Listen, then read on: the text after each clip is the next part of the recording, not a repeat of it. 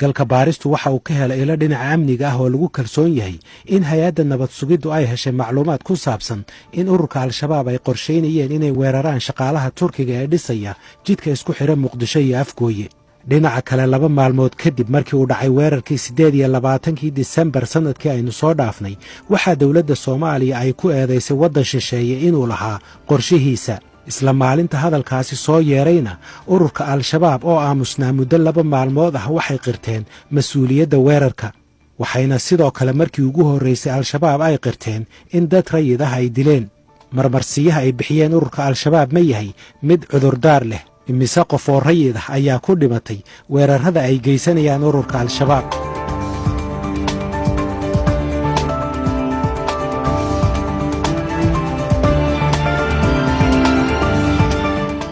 haddaba ka hor inta aynaan u gudbin jawaabaha su'aalahaasi galka baaristu waxa uu idiin soo gudbinayaa wararkii ugu dambeeyey ee qaraxii ka dhacay isgoyska X Control 28 Disembar 2019 subaxnimadii sabtida 28 Disembar ayaa la sheegay in baabuur nooca xamuulka ah oo nooca loo yaqaano dhaynaha uu soo gaaray nawaaxiga X Control darawalka waday waxa uu helayay xogo ku saabsan dhaqdhaqaaqa baabuur Toyota ah oo laba shidley ah oo ay saarnaayeen shaqaalaha ka shaqeeya dhismaha jidka afgooye ee Muqdisho shaqaalahaasi oo u dhashay waddanka Turkiga waqti lagu qiyaasay ilaa 7:40 daqiiqo ee subaxnimo waxa uu baabuurkaasi si aan kala sooc lahayn u galay isgoyska X Control waxaana uu ku dhuftay baabuurkii ay la socdeen shaqaalaha Turkiga galka baaristu waxa uu helay xogo hordhac ah oo muujinaya in baabuurka isqarxiyay lagu soo farsameeyay qalabkana lagula soo rakibay deegaanka Buulafalaay ee u dhaxeeya Shabeellada Hoose iyo gobolka Baay waxaa la sheegay in xilliga la rakibay iyo maalinta uu qarxay ay u dhaxaysay ilaa 6 maalmood baabuurka ayaa soo maray degmooyinka Toorotorow iyo Janaale isagoo kadibna jidka magaalada Muqdisho kaga soo dhacay inta u dhaxaysa Wallaweyn iyo degmada Afgooye sirdoonku waxay aaminsan yihiin in saacadihii ka horreysay weerarka uu baabuurku ku sugnaa duleedka Muqdisho galka baaristu waxa uu ogaaday in saraakiil ka tirsan amniga degmada Afgooye laga wareystay sida uu baabuurkaasi ku soo gudbay buundada Afgooye galka baaristu waxaa sidoo kale uu xaqiijiyey in buundada Afgooye aanay oolin qalabka lagu baadho ama sheegi kara baabuurta sida waxyaabaha qarxa tuhunka booliiska Afgooye ayaa soo baxay markii 3 ka mid ah askarta saldhigga degmada Afgooye ay ku dhinteen qaraxii X Control galka baaristu waxa uu ila dhinaca amniga ah oo lagu kalsoon yahay uu ka helay macluumaad muujinaya in qaraxaasi aanu ahayn mid lama filaan ku ahaa mas'uuliyiinta amniga gaar ahaan hay'adda NISA sababtoo ah waxay filanaysay hay'adda NISA weerar ka yimaada ururka al-shabaab oo bartilmaameedsada shaqaalaha Turkiga ee dhisaya jidkaasi galka baaristu waxa uu ogaaday in adeegsiga baabuurkaasi uu ahaa go'aan dambe oo ay qaateen ururka al-shabaab balse nooca weerarka al-shabaab ay qorshaysay inuu ahaa adeegsiga miino wadada dhinaceeda lagu aaso oo lala beegsado baabuurta sida shaqaalaha Turkiga kadib markii weerarka miinada uu suurtoobi waayeyna ay al-shabaab go'aansadeen inay baabuur u adeegsadaan fulinta weerarkaasi galka baaristu waxa uu helay xogo sheegaya in xogta ku saabsan weerarka al-shabaab ee ka dhanka ah muwaadiniinta Turkida ay heshay hay'adda NISA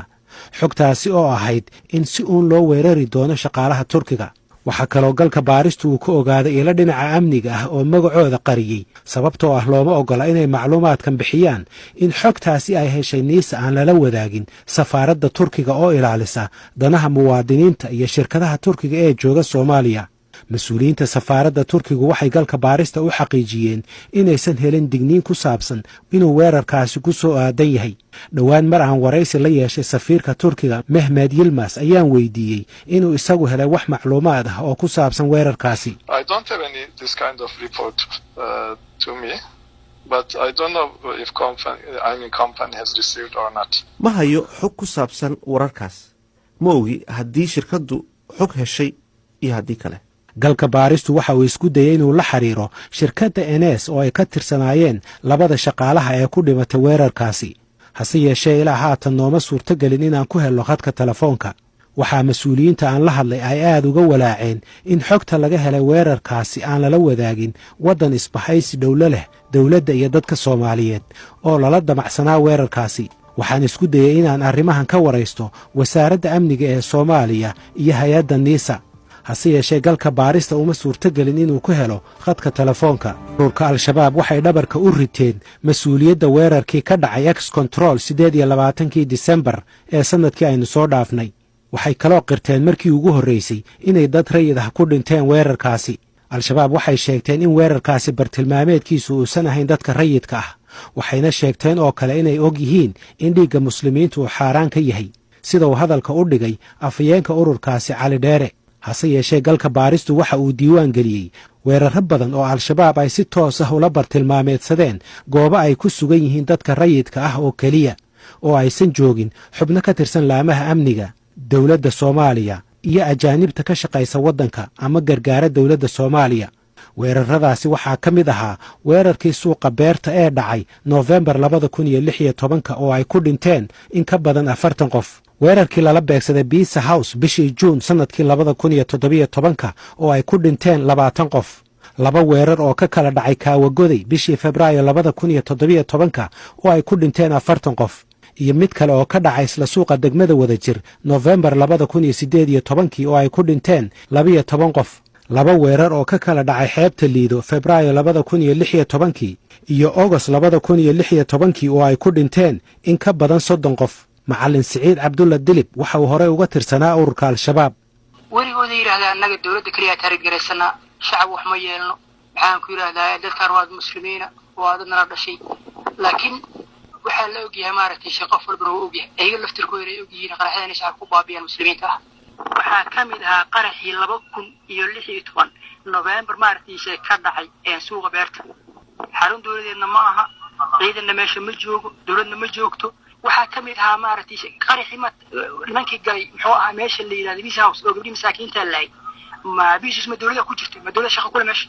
labadii qarax ee ugu dhimashada badnaa ee ka dhacay magaalada Muqdisho waa qaraxyadii X-Control iyo qaraxii Hargaha iyo Saamaha ee kala dhacay 14 Oktoobar 2017 iyo 4 Oktoobar 2011. waxaa la sheegaa in inkastoo labada qaraxba uu bartilmaameedkoodu ahaa meelo kale, haddana saraakiisha al-shabaab ee hagayay qaraxyadaasi ay go'aansadeen in ismiidaamiyayaashii waday baabuurtaasi ay ku qarxiyaan meesha ugu soo horraysa ee u suurta gasha, oo ay ku jiraan goobaha rayidka sida ay sheegayaan dadka aqoonta u leh ururka al-shabaab. saraakiisha al-shabaab ee qaraxyada hagta oo inta badan khadka telefoonka si toosa ugula socda dareewallada wada baabuurta qaraxyada ayaa iyaga laftoodu ay qarxiyaan baabuurta inta ay soo wacaan lambar ku xihan qaraxa. waa haddii dareewalka baabuurta wada la toogto ama la qabto, ama ay la noqoto in baabuurku uusan gaari karin bartilmaameedkiisa. saraakiisha amniga iyo kuwa hore uga tirsanaan jira xarakada al-shabaab waxay aaminsan yihiin in qirashada al-shabaab ee dilka rayidka ay ahayd mid lagu daminayay guux iyo khilaaf ka dhasha xarakada dhexdeeda oo ku saabsanaa beegsiga rayidka. sidaasi oo kale al-shabaab waxay bishii Oktoobar 2017 isku dayday inay caburiso khilaaf ka dhashay weerarkii Zoobe, kaasi oo markii dambe ay xeel ku damiyeen. galka baaristu waxa uu ka ogaaday ilo kala duwan in mas'uuliyiinta al-shabaab ay qirteen mas'uuliyadda qaraxii Zoobe, ayna xubnihii su'aalaha ka keenay dilka boqolaalka rayidka ah ay u sheegeen inay guddi u saarayaan si magdhow loo siiyo dadkii ku dhintay qaraxii Zoobe, taasi oo aan haddana dhicin. maxamed xasan aadan Sandheere waxa uu ka mid ahaa saraakiisha diyaarinta baabuurta dagaalka ee ururka al-shabaab, waxaana uu ka mid ahaa saraakiishii khilaafka ka dhashay qaraxa Zoobe darteed uga soo goostay ururka al-shabaab. waxaa igu dhaliyay Haaruunow maadaama anigu meesha fikirka aan u joogay in diin la difaaco ee jihaad ilaahay dartiisa loo joogay, waxaa dhacday in ummadii dhiigooda la isku binaysto, iyaga dhexdooda hadday tahay iyo haddii ay yihiin shacab labadaba. wax si gaara kuu dhibay ma jirtaa, dhacdo si gaara kuu dhibta adiga oo dhibsatood isdhaxday wallaahi tan hadday saa ku sii socoto ma qaadan kara, ani waan tegaya? haa, dhacdooyinkaasi waa ay badan yihiin, laakiin haddii mid aan kaaga soo qabto waa sida tan Zoobe oo kale. waayo tan Zoobe haddaan u soo laabano, iyagu dhexdooda ma ka hadleen, ma qirteen? inkastoo ilaa hadda aysan si rasmi uga hadleen, laakiin maadaama aad ku dhex jirtay way qirteen sooma. iyagu maxay ka dhaheen? qirisho ma ahan, aniga horta ninka Zoobe isku qarxiyey anaaba laf ahaanteyda aan isnaqaanay, shaqo ahaana aan isku shaqo ahayn oo isku dhaweyn. inta uusan isqarxin muddo bil iyo bar ka horreysay ayaan maaragtaa wada kulannay, isagoo weliba baabuurka hadda uu isku qarxiyey tiyaamka ahaa wato. xilli habeena meel tuulaa aan maaragta anoo socdo isku aragnay, isagoo weliba baabuurka ka hadlaysan yahay. meeshii aan abaar ku sheekaysanay, waxaan weydiiyey su-aalo ahaa baabuurkan maadaama aada wado haddana wuxuu dhahay markaas intaan su-aasha weydiin ka hor xamaraan ka yimid haddana waxaan u wadaa ari baabuurka iga hadlaysan awgeed gacanta u joogaa.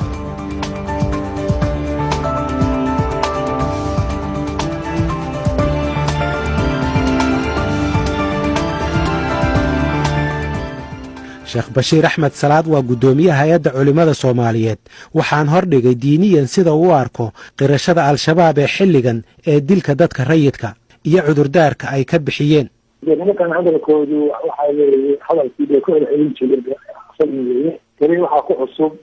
masalada ay leeyihiin waa ka ciyaareen muslimiinta wax gaareen marka hadda intaana ka hadlin maaragtay muslimiin in meel gaalo lagala jihaadayo in muslimiin wax gaaraan see noqonaysa xillinkeeda iyo maaragtay waxnahaasoo kale ana ka hadlin doono waxaa ka cusaba marka shaqa ay hayaan shaqa ay xaq u leeyihiin ma tahay diinta islaamku waxayna baraysaa qofku hadduu shaqada uleeyahay biteeri ama uleeyahay saraaxiyo ama uu wilaayo uleeyahay ama ay maaragtay xanta loo dhihin markaas ayuu wixii khaldo wixii kale la fiirin karaa sida dhakhtarka oo kale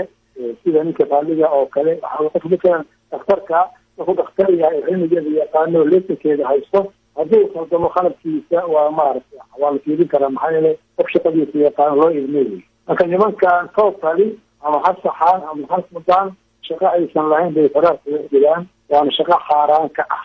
nabi sal alay wasalam xadiis buu ku sheegay ninka qaaliga ah yani qof wuxuu xil u lahayn qaali ka noqonaya haddii uu asiibo uu maaragtay jawaabta saxda ku jawaabo ahunaarintaas laga yeeri maayo maxaa waxaanu shaqadiisiima garanaysi marka waxa weeye nimanka waxay maaragtay faraar kula jiraan ay maamulahayaan ay sheegsheegay oo jihaadka ahay wax shaqadooda maaha jihaadku waa shaqada muslimiinta maamulkeeda ayaa iskale jihaadku siyaasada muslimiinta ay soo dhaqmahayaan dadka aan muslimiinta ahayn weeye waa bitacbiir aakhar waa siyaasa khaarijiya wey siyaasa khaarijiyana ummadda muslimkaa dadka u maamulaa waxa weeyaan waa maamulkooda iyo hogaankooda maamusha waxay siyaasa khaariji hal waji ma laha intaas wajiday leedahay marka nimankaani soo kale waa dhakhtar aan loo ibnin inuu wax qalo inuu wax daaweeyo oo meel cidla iska furto oo leysin beena haysta waa in laga xiro lasoo nabiga sallallahu alayhi wasalam isagoo jihaadkiisa la hubo oo nabiga ilaahay iyo sallallahu alayhi wasalam oo maaragtay xaggeeda lagu soo diray wuxuu la dagaalamayaa gaalo la hubo ay tahay waxaa dhacay nabiga sallallahu alayhi wasalam markii xudaybiya maka aaday isoo umraysanayay oo loo diiday inuu umraysto oo maaragtay meesha xoolo ay kul fadhiyey oo dib weyn maaragtay ka dhici damcay ilaah subxaana wataala wuxuu noo sheegayaa haddii dad muslimiin ahoo yar oo maka joogay oo ku haray oo ku daxiisanaayo lagu dhigi jiray aysan jirinin oo haddii markaa maka la weeraro dhib ka gaari lahaa subxana watacaala wuxuu leeyahay maka aad gashaan baa laidin ogolaan lahaa oo markaas gaaladaas maxaanku yidhaha idin dhibtay ilahi subxana watacaala la dagaalamaysay diinta ilaahay la dagaalantay oo idinkana hadda inaad maaragtay xaramka ilahay gashaan idin diidan ayaa maaragtay maxaanku la xagaabi lahaa oo la xilqaabi lahaa ingalata marka ayadan ku akrinayaa ilahi subxana wuxuu leeyahay هم الذين كفروا وصدوكم عن المسجد الحرام والهدي معكوفا عند بلوغ المحله ولولا رجال مؤمنون ونساء مؤمنات لم تعلموهم ان تطؤوهم وتصيبكم منهم معرة بغير علم صلى الله في رحمته من يشاء لو تزيلوا لعذبنا الذين كفروا من عذابا اليما فصوت فتح ايات 17 فسبحانه وتعالى ويقول تعالى رعويه وحرمت الهي ما دعي جدا marka fiiri waa gaalo la hubo ay ku darsadeen dagaalka ku darsadeen muslimiinta kasoo qaadeen maka hadda inay amritaan u diidan yihiin laakiin hadda inaan la laynin oo aan maaragta maka la gelinin oo ciidanka nabiga sallallahu alayhi wasallam aan loo ogolaa inuu maka galo maxaa keenay wuxuu leeyahay niman mu'miniina iyo dumar mu'minaad ah oo jooga maka oo idin garanaynin oo laga yaabo hataa maka gashaa inaad dib gaarsiisaan darteed ayaa laydinkaga joojiyey saas macnaheedu yahay gaaladii maka deganayd oo dhibka badnayd oo tiro badan ahayd waxaa lagu badbaadiyey dad yar oo muslimiina dartooda ku dhex jiray ay ku badbaadeen maantana maxaa dhacaysa maantana waxaa dhacaysa hadday yihiin gaalada gaalaha maba misal hadda turkiga oo hadda muslimiina wey laakiin laba nin bay ahaayeen ciidankooda meequ ahaa hadda muslimiina aska soomaaliyeed kaba soomaad inay gaala ahaayeen meeqaa dhibata muslimiina marka nimankaani niman cagsi u shaqaynaya weeye cagsiga u shaqaynayaan muslimiin badan bay laynayaan ayaga oo dad ay gaalo ku sheegaan oo iyo raacsanay nabiga sallallahu alayhi wasallam ilaahay maar amarkiisa isagoo maaragtay gaalo badan u jeeda oo laga gargaran yahay ayaa gaaladii fakatay oo la daayay ayagoo muslimiin yar oo tiro yar ah hay-adda ururinta khasaaraha nafeed ee colaadaha dunida ee lagu magacaabo armed conflict location and event data acled waxay galka baarista u sheegtay in tan iyo sannadkii 2015 dadka rayidka ah ee lagu dilay qaraxyada afduubyada iyo weerarada kale ee ururka al-shabaab ee lagu bartilmaameedsada rayidka ay ku dhinteen ku dhowaad 3,000 oo qof halka laga soo bilaabo sannadkii 2010 ilaa haatan dadka rayidka ah ee ku dhinta weerarada al-shabaab ay dhan yihiin 4,340 qof cisbitaalada muqdisho waxaa la geeyaa dadka ku dhinta iyo kuwa ku dhaawacma weerarada rasaasta iyo qaraxyada ah ee ka dhaca magaalada muqdisho iyo agagaarkeeda agaasimaha cisbitaalka madiina doctor maxamed yuusuf ayaan weydiiyey dadka ku dhaawacmay rasaasta iyo qaraxyada ee la geeya cisbitaalka madiina oo ah kan ugu weyn ee qabta dhaawacyada iyo dhimashada laga soo bilaabo markii ay dagaalada xooggan ka bilowdeen magaalada muqdisho sannadkii 2007 xilligaasi oo ay bilowdeen dagaaladii u dhexeeyey ciidamada etoobiya ee taageerayay dowladdii ku-meel gaarka ahayd ee xilligaasi jirtay iyo ciidamadii isugu jiray muqaawamada iyo al-shabaab dhaawacyada anaga aan jisgareynay waktigaas ilaa maanta waxay kor u dhaafayaan 54,000 oo qof oo dhaawaca waa isbitaal madiina kaliya marka dhaawacyadaasi maxay ka yimaadeen dhaawacyada marka aan kala saarno anugu ma sheegayo dhaawacyo ka yimid midiyo inkastoo ay dhaawac yihiin laakiin waxaan ka hadlayaa dhaawacyada ka imaaday hub dadka oo maxay ahayd qoryo oo ah qarax intaas wey qarax oo haddana noocyo kale ah roogyo la isku toostuuray ahay muddooyinkii hore qaraxyo inta baawar laga soo buuxiyey marka dambe meelo inta la dhigo la qarxinayay oo yani khasaaro weyn keenayay iyo dhaawacyo marka ugu dambeysana baabuurta la isugu dugunayay iyo xabado toos la isugu tuurayay oo dadka la isku leynayay maaragtay marka intaas kaliya haddii aan ka hadalno illegal wounded waxay imaanaysaa 54,000 waayo waxaad ii sheegtaa marka muddadaas dadka dhintay ama cisbitaalka ku dhintaan ama meyd ahaan loo keenay ee ay ku soo dhaceen xabad ama qarax ama wax hub la xiriira waxa waaye meydka waa badan yahay aada u badan yahay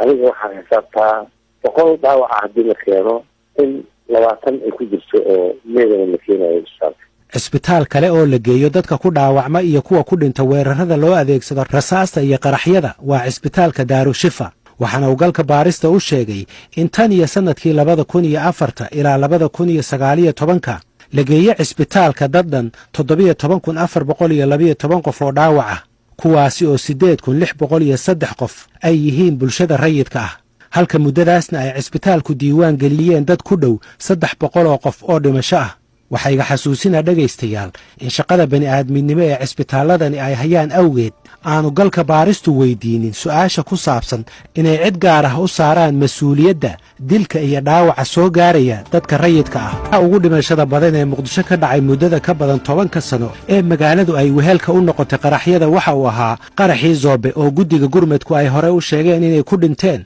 587 qof hase yeeshee markii ugu horreysay agaasimaha cisbitaalka madiina doctor maxamed yuusuf waxa uu galka baarista u sheegay tiro ka badan inta la shaaciyey inay diiwaan geliyeen oo ku dhimatay qaraxii Zoobe dhibaatada dhacday ilaa 600 oo gaarmeedka iyo 30 mid lamida Soomaaliya ma soo marin inta dhibaato u geystay iyo daawirka oo lahayd qaraxaasi jiro wax lagu mashaqo karo oo dawooyin ilaahay mar dambe loo fasiro baaqaas oo kale aad binaadamku baadiyo waxay Soomaali baadiyo imisaa ku dhimataa tiri imisaa ku dhimataa anaga 232 loo keenay oo meeya markii dambena waxaan loo soo daray adiga 16 kale subaxii waxaa waaye waa loo yimid adiga waa la wada qaaday midkaasi fiskool bulshada lagu duuyo waxay ahaayeen dhuxul anaa kutusi doona qaarkood laakiin guddigii taakulaynta oo diiwaangelinta sameeyey cabdullaahi maxamed shirwac oo madaxda ka ahaa markay isku wada geeyeen waxay dhaheen dadka ku dhintay qarax waxay ahaayeen 587 qof anaga saas waa laakiin anaga waxaa noo kaalkolaadaysan ilaa 630 qof oo ku dhimatay qaraxii Zoobe 100 qof oo ku dhimatay qaraxii Hargaha iyo Saamaha ku dhowaad 90 qof oo ku dhimatay qaraxii Ex Control 70 wariye oo lagu dilay badankooda magaalada Muqdisho 10 qof oo culimo ah oo lagu khaarijiyay waddanka 10 bulshada rayidka ah oo ay ku jiraan dhakhaatiir oo ku dhimatay rasaasta iyo qaraxyada Muqdisho intuba waxay ka mid yihiin dadka rayidka ah ee lagu bartilmaameedsanayo weerarada socda. Letitia Barer oo ah cilmi baaris sare oo ka tirsan hay-adda xuquuqda aadanaha ee Human Rights Watch waxay galka baarista u sheegtay in al-shabaab ay bartilmaameedsato rayidka. dhimashada rayidka badankeedna ay al-shabaab mas-uul ka tahay. Fighting and insecurity in Somalia continues to have a devastating impact on civilians, and al-Shabaab's attacks are the main cause of civilian casualties in Somalia right now. This is due both to indiscriminate attacks and the use of weapons and weaponry that don't discriminate and differentiate between civilians and military targets, but also because of targeted attacks on civilians, including individuals that took part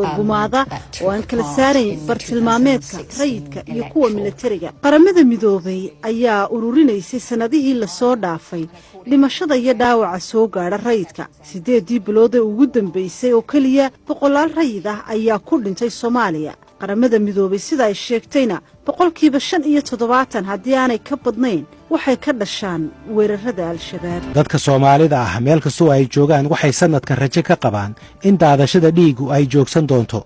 waxa kale oo su'aale ay hortaallaa ururka al-shabaab. su'aashaasi oo ah ma joojin doonaan beegsiga goobaha ay rayidku ku badan yihiin mar haddii ay markii ugu horreysay qirteen in dhiigga islaamku uu xaaraan ka yahay.